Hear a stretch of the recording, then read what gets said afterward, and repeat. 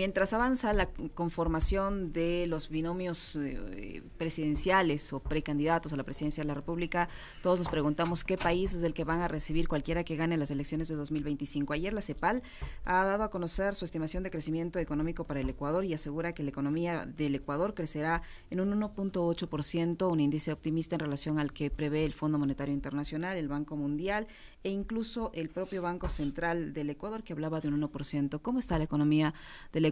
Ayer también esta firma Fitch, calificadora de riesgo, daba un panorama bastante preocupante para la economía ecuatoriana. Buenos días, bienvenido. Buenos días, Liceña, Alexis.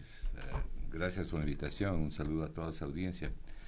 Bueno, cuando yo veo ese tipo de pronósticos sobre el crecimiento económico, lo primero que hay que hacer es comparado con qué año. Y lo que ha pasado aquí en el Ecuador es que el Banco Central, y concretamente el gerente del Banco Central, recorrió el año de comparación, es decir, lo que se conoce como el año base. En vez de recorrer los 6 años, que es lo que ha venido haciendo el Banco Central, lo recorrió 11 años.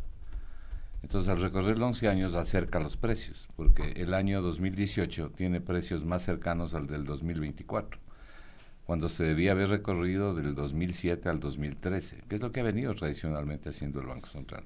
Esa es una manipulación de la realidad para hacer aparecer un crecimiento económico más alto del real, pues tiene precios más altos en valores nominales.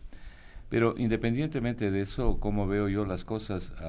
Veo un año fiscal 2025 más complicado que el año 2024.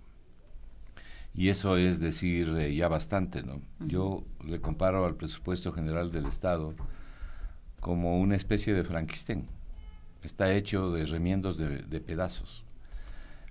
No tiene el presupuesto del Estado ninguna solvencia, es un presupuesto extremadamente frágil, asfixiado por el pago de la deuda pública, 8,000 y pico de millones de dólares hay que pagar en capital e intereses, producto de la falta de crecimiento económico, del endeudamiento excesivo. Y claro, esto no ocurre solamente en este año o no es producto del año pasado. Esta es la acumulación de todo lo que ha ocurrido en 7 años del peor neoliberalismo. Los 7 años de neoliberalismo se muestran en lo que es el presupuesto del Estado, en la fragilidad que tiene.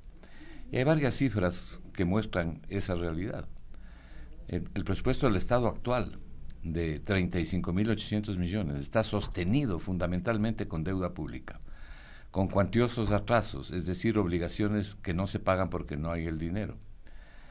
Cuando se bajaron 4,000 millones de la Reserva Internacional y aplaudieron esa actitud, cuando varios economistas independientes sugeríamos usar una parte prudente de la Reserva. Bueno, en el gobierno anterior se bajaron 4,000 millones de la Reserva a través de los convenios de liquidez que los usó el Ministerio de Finanzas en gasto público. Y lo peor de todo es que los convenios de liquidez son, en definitiva, opciones de muy corto plazo para devolver la plata a las instituciones debitadas. Entre las instituciones debitadas está Petroecuador, se llevaron 1.900 millones de Petroecuador. Entonces, ¿es verdad lo que dicen los trabajadores? Y está Selec, la empresa que es la encargada de asegurar la provisión de energía, cuidar la provisión de energía y la generación, en fin. Le debitaron más de 400 millones de Selec. Entonces, ¿y el IES? El IES es otra cosa, porque al IES no le pueden debitar, porque no forma parte del gobierno central, pero el IES compra bonos, ¿no? Toda la vida lo ha hecho. Pero el problema es que estos convenios de corto plazo restan la capacidad operativa de las instituciones del gobierno central, de los ministerios, de las empresas públicas, y tenían que ser devueltos. Es un instrumento de muy corto plazo. Tenía que ser devuelto el dinero, claro, pero en el muy corto plazo. Y como no pueden devolverle el dinero, lo que ha hecho el ministro de Finanzas es que ha pasado esos convenios de liquidez al capítulo de deuda pública interna. Y entonces usted observa en la publicación que hace el propio Ministerio de Finanzas que hay 3.208 millones de convenios de liquidez impagos. A eso súmele usted los atrasos que vienen del gobierno anterior. Los atrasos del gobierno anterior son 2.687 millones. Y los atrasos de este gobierno, generados en este gobierno, le estoy dando cifras del propio Ministerio de Finanzas, ¿no? Y los atrasos de este gobierno son 1.227 millones. Es decir, en atrasos al mes de mayo, al 31 de mayo, que es la última información disponible, usted tiene 3.915 millones de dólares. Y sale el ministro de Finanzas y dice que las cosas están cambiando y que las cifras están ahí, que muestran que la economía va boyante. Pero no solamente eso, sino que luego viene la emisión de deuda. El Ecuador tiene planificado para este año un endeudamiento neto, es decir, el crecimiento neto de la deuda pública para este año es de 6.000 millones de dólares. Si es que consiguen todos los recursos de los multilaterales, que es lo que le hace falta al presupuesto del Estado porque no tienen el dinero. Entonces, todos estos retazos se han unido. Y, por supuesto, la variable operacional del presupuesto del Estado es la inversión del Plan Anual de Inversiones, que ha sido destruida. Le doy una cifra igual del propio Ministerio de Finanzas. Luego voy a aclarar algo que la gente confunde cuando habla de inversión. En el periodo enero-junio, o sea, en el primer semestre del año, de 1.733 millones de dólares, que es el Plan Anual de Inversiones, lo que se ha desembolsado son 80 millones de dólares. Esa es la propia cifra del Ministerio de Finanzas. Pero la gente confunde la ejecución presupuestaria del presupuesto del Estado. La que yo le voy a dejar alguna información al respecto para que usted vea. La gente confunde la inversión y en general la ejecución presupuestaria, porque además otra de las formas en que se financia el presupuesto es con la subejecución presupuestaria. Entonces la gente confunde la ejecución del presupuesto del Estado con la ejecución del Plan Anual de Inversiones. Son dos cosas diferentes. El Plan Anual de Inversiones, para empezar, se financia con recursos externos, con recursos de deuda, más bien dicho. 1.733 millones de dólares. El presupuesto del Estado es 35.800. Entonces, una cosa es ejecutar el presupuesto del Estado y otra cosa es ejecutar el Plan Anual de Inversiones. Pero el Plan Anual de Inversiones forma parte del presupuesto del Estado. Estas variables son principales, hay algunas otras, que estructuran el presupuesto del Estado. ¿Qué pasa si el Ecuador no consigue el financiamiento? Por ejemplo, en el presupuesto del Estado hay 2.000 millones de dólares presupuestados, que vienen ¿de dónde? Y por supuesto la base también de sustentación está en las medidas que aprobó la Asamblea, ¿no? O sea, las contribuciones temporales, ¿no? Está el IVA, que es una contribución permanente, pero todo eso es lo que está sosteniendo, como dirían aquí en Quito, pegado con babas, ¿no? Pero el problema es fundamental, porque no podemos seguir así. Llevamos 7 años sin crecer, llevamos 7 años de estancamiento económico. Este es el resultado de una política económica de extrema derecha unida al peor neoliberalismo criollo. Economista, buenos días, qué gusto tenerle acá.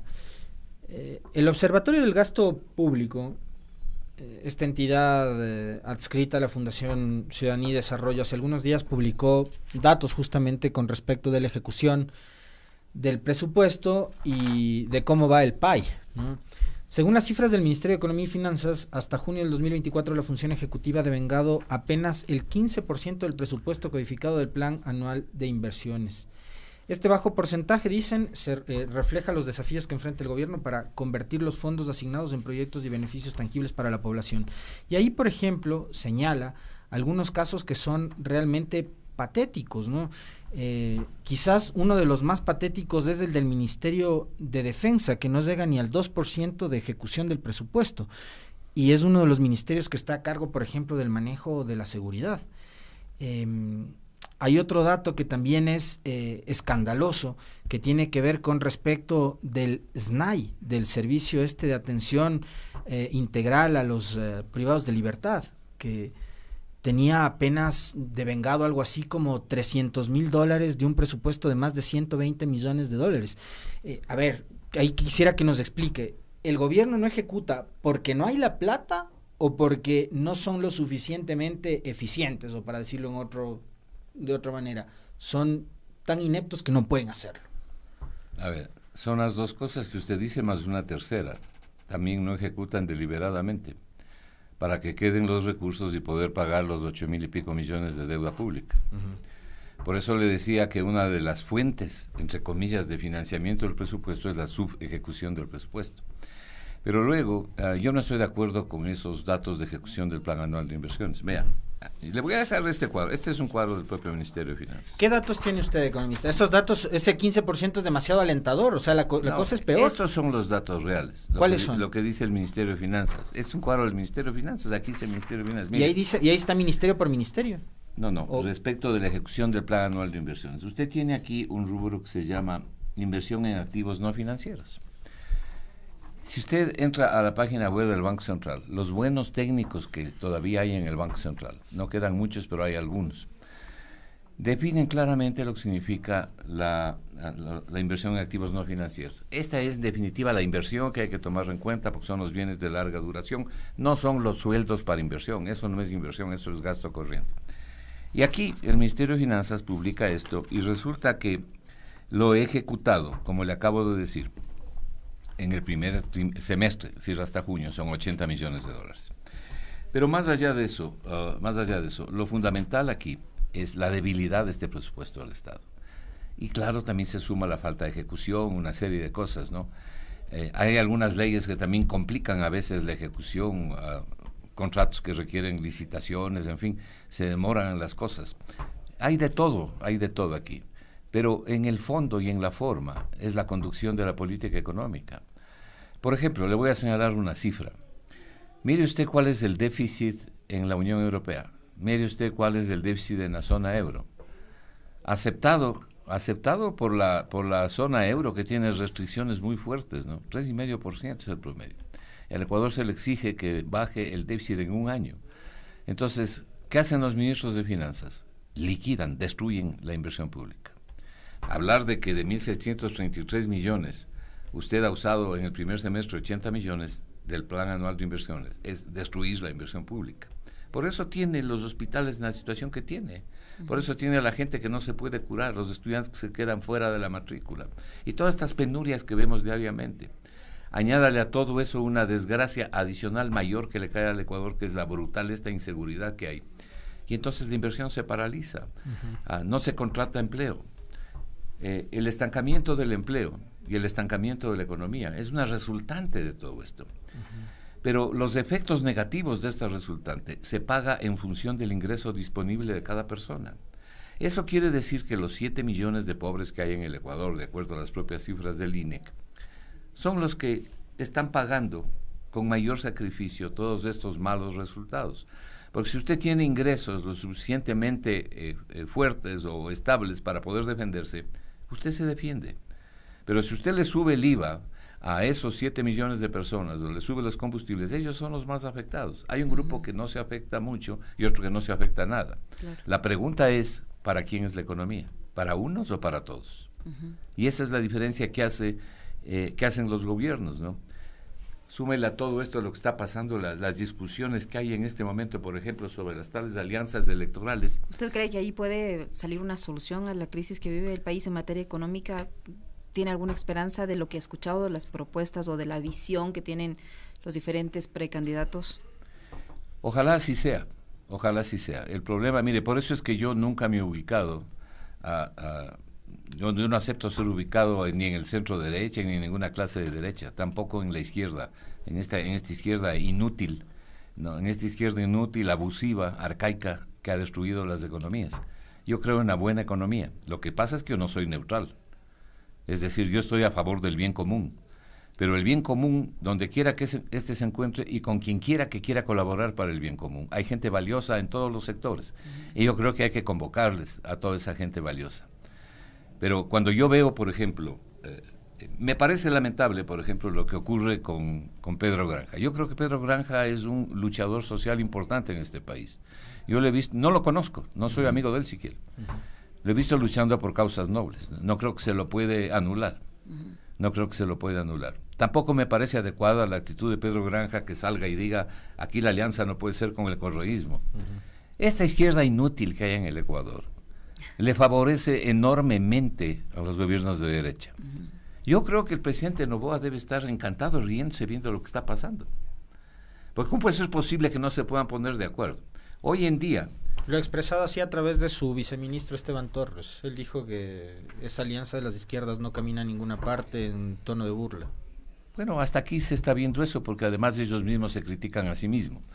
Pero mire usted una cosa, ¿no? Hoy en día es evidente el tipo de alianza que se requiere, independientemente de los nombres que han aparecido o que puedan aparecer.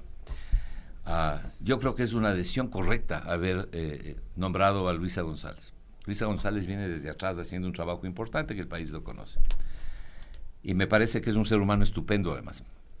Pero independientemente de eso, usted tiene un problema grave en el Ecuador, que es la situación de inseguridad. Lo lógico es buscar una alianza con personas que estén bastante adentradas con la seguridad.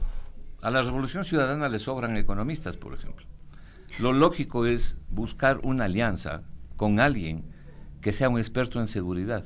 El único que hay en este momento sería José Serrano, y otro al que se le puede sumar que dijo hace algunos meses que no iba a ser candidato y ahora aparece diciendo sí voy a ser candidato. No sé si lo vieron, pero la noticia ahora es que Dan Topic irá por Avanza. Lo va a anunciar hoy, en las próximas horas, su candidatura por el movimiento Avanza, lista 8.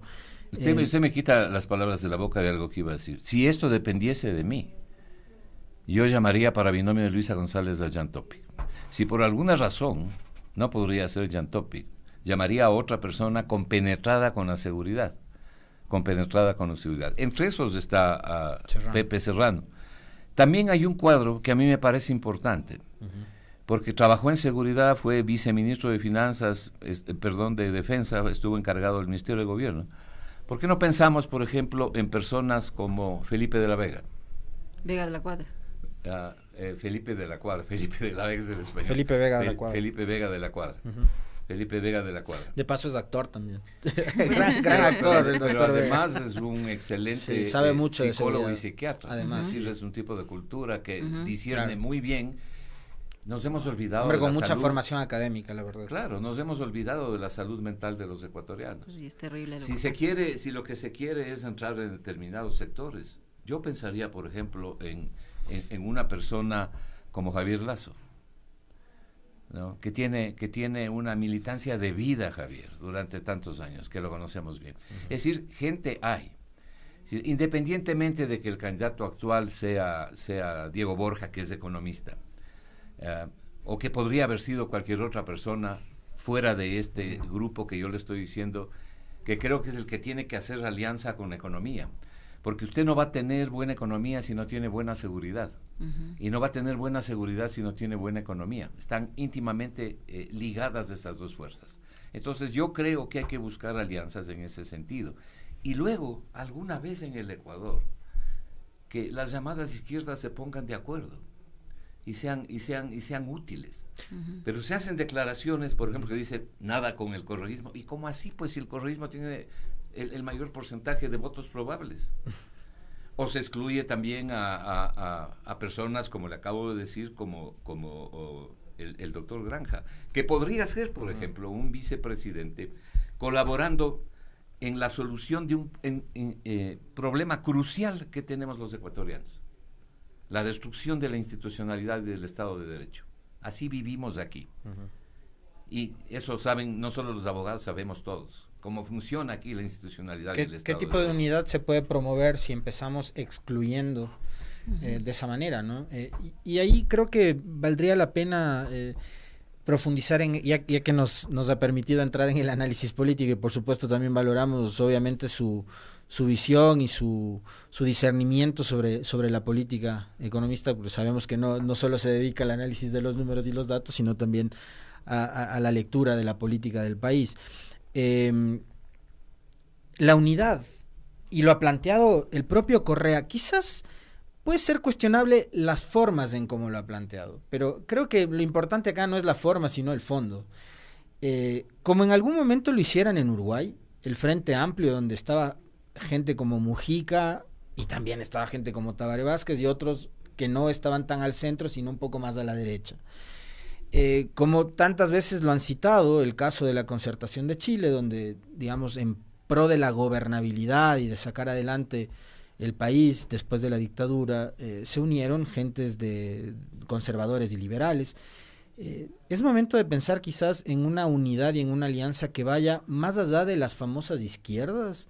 Sin duda. Y que incluya gente de centro, empresarios, grandes, medianos, pequeños empresarios, que le aporten al país, porque yo me imagino que como en todo espectro de la vida debe haber empresarios que son muy patriotas. Pero sin duda, buena gente hay en todo lado, así como hay otros que no son buena gente también en todo lado. Pero mire, por ejemplo, esta izquierda que rechaza el correísmo, si es que tiene algo de honestidad, y más precisamente rechazan a Rafael Correa antes que el correísmo. Si tiene algo de honestidad, no puede negar la vocación social de Correa. Usted no puede negar eso, le guste o no le guste Correa. Es decir, la vocación social de Rafael Correa es evidente. Él ha luchado por los pobres. El desarrollo. ¿No? Y claro, ha tratado de desarrollar este país. En el camino se cometen errores. La inteligencia es enmendar los errores, claro, no ratificarlos. Pero el deporte nacional, ¿cuál es en este país? La guerra de los unos a los otros. Aquí todo el mundo está en bronca con alguien. El destruir lo que hizo el anterior. El país está absolutamente dividido. Una de las primeras cosas que hay que hacer aquí es unir al país. Yo en más de una oportunidad he dicho, y creo que aquí mismo, no puede ser que el Ecuador se una solo para ver el fútbol o cuando juega la selección. Aquí tenemos motivos importantes para tratar de construir una unidad inteligente, es decir, una unidad en la diversidad, con el respeto al criterio de la persona ajena. ¿Por qué tenemos que excluir a la gente de derecha que tiene un pensamiento progresista? Que cree, yo por ejemplo, me identifico como una persona que está a favor de lo que funciona. No me identifico ni con la izquierda ni con la derecha, sino a favor de lo que funciona, pero lo que funciona para el bien común y fundamentalmente para esa enorme legión de pobres. ¿Por qué? Porque estudié economía, no canto. Y la economía me enseñó que la tarea fundamental de un economista es luchar contra la pobreza, luchar contra la inequidad, luchar contra la desigualdad. Entonces, en esa colaboración hay varias personas que pueden ser convocadas, pero aquí las excluimos. Mire, por ejemplo, esta regulación, perdóneme la frase macanuda, que me perdone esta regulación estúpida que hay aquí en el Ecuador. Que aquí los candidatos a la presidencia tienen que ser un hombre y una mujer. ¿Por qué? Con eso nos graduamos de respeto a la mujer. Esa es una de las grandes hipocresías que hay aquí. Bueno, un ejemplo es lo que está ocurriendo ahora mismo con el actual gobierno, ¿no? Además que de ser una cosa inútil que perjudica mucho, porque ¿por qué no pueden ser dos mujeres? O dos hombres. ¿O por qué no pueden ser dos hombres? ¿No es cierto? Claro, así es. No. Pero además, Claro, dentro del correísmo le voy a contar una infidencia. Había, por ejemplo, la idea, maravillosa idea, por cierto, de que vayan juntas Luisa González y Paola Pavón, por ejemplo. Por poner un ejemplo, ¿no? Claro. Bueno, hay diferentes y no se puede porque tiene esa traba. Podrían haber presentado. Yo creo, por ejemplo, que el Ecuador ha ido superando esta tontería de que debe ser uno de la costa y uno de la sierra. ¿Por qué? ¿Por qué no puede ser uno de la costa y uno de Cuenca? ¿O por qué no puede ser uno de Manabí y uno de la sierra? O del Guayas. Sí, o del Oriente. Eso es una tontería. Lo que le voy a decir es algo sobre lo que yo he escrito ya hace tiempos, no es que creo ahora. A mí me parece que el puesto de vicepresidente en el Ecuador, no me refiero a las personas, me refiero a la función, es un puesto idiota, que no sirve para nada, que no sirve para nada. A mí me recuerda esos jarrones, esos enormes jarrones chinos que son feísimos. Que ponen en la esquina de la casa. Que donde quiera que usted los ponga estorban. Entonces, ¿por qué? Porque el presidente no tiene funciones. Mire lo que pasa en el Perú y otros países donde no hay vicepresidente. Se nombra unos ministros en sucesión en línea, 2 o 3 ministros para que reemplacen al presidente cuando el presidente se enferma, sale de viaje o lo que sea. Velasco fue el que dijo, a propósito de su comentario de esta mañana, Velasco fue el que dijo que los vicepresidentes eran conspiradores a sueldo.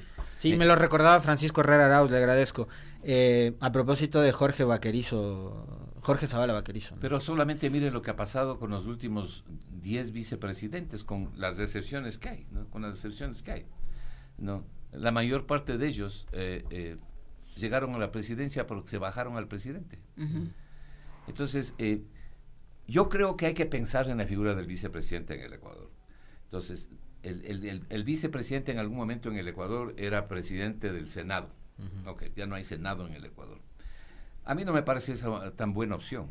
Yo lo que creo es que el presidente de la República debe tener el derecho de delegar a quien le dé la gana del gobierno, de los ministros, en la vicepresidencia temporal para reemplazarlo temporalmente. O una jefatura de gabinete. O una jefatura de gabinete, claro.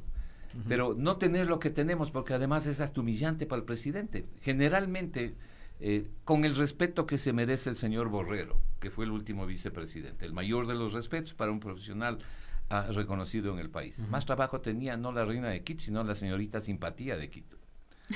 Usted no puede generar este tipo de posiciones que no le sirven al país. Esa gente a lo mejor podría haber sido mucho más útil en otra área, pero seguimos destruyéndole al país con estas estupideces y estas tonterías.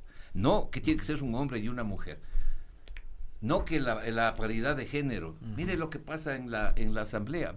En nuestras narices los diputados se cambian de camiseta como cambiarse de zapatos, y luego nos dicen el cuento que para servir al país no tienen restricciones. Por Dios santo, deberían sacarles a patadas, ¿no? Porque eso es destruir la institucionalidad, es destruir la decencia, es generar malos ejemplos para este país. Es no tener ética. Es vernos la cara, es mentirnos en la cara. Entonces, hay tanto que tenemos que reconstruir. Realmente, lo que tenemos que hacer es construir la propia patria nueva, pero sin robarse la vieja, pues. Entonces, aquí hay que convocar a todas las fuerzas, políticas o no políticas, que estén a favor del bien común, que tengan un testimonio de vida, de lucha por la justicia, por la dignidad, de lucha por los pobres. Si usted destruye la inversión pública, como se ha destruido en este país, está destruyendo la situación de la gente pobre, porque no tienen dónde curarse, no tienen dónde estudiar. Eso significa la destrucción de la inversión pública. Es un concepto verdaderamente terrible, el usar lo poco que tenemos aquí de inversión como variable operativa para pagar la deuda. Y yo no estoy diciendo que no se pague la deuda, pero en la vida hay prioridades. Y por último, la deuda se pagará cuando haya cómo, pues. Economista, le quiero, y en el cierre de la entrevista, porque entiendo que ya está la siguiente invitada esperando en el Zoom, le quiero nuevamente trasladar y volver a la conversación sobre el tema económico, en torno a un tema que siempre lo hemos tratado acá y que nos inquieta un montón. Y es, a propósito de un comentario que me hacían el otro día con respecto de los centros comerciales en el Ecuador, a pesar de la crisis, de la recesión de la que habla el Banco Central, están repletos y todavía hay consumo y no sé qué.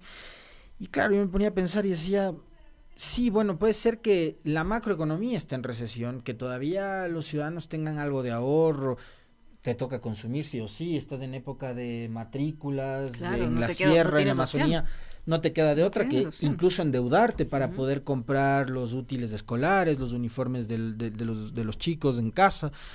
Pero hay otro factor que es fundamental, y yo sí quisiera preguntarle a usted cuánto incide eso en la economía nuestra, y es los dólares que entran de manera ilegal por efecto, por ejemplo, del narcotráfico y otro tipo de actividades ilícitas.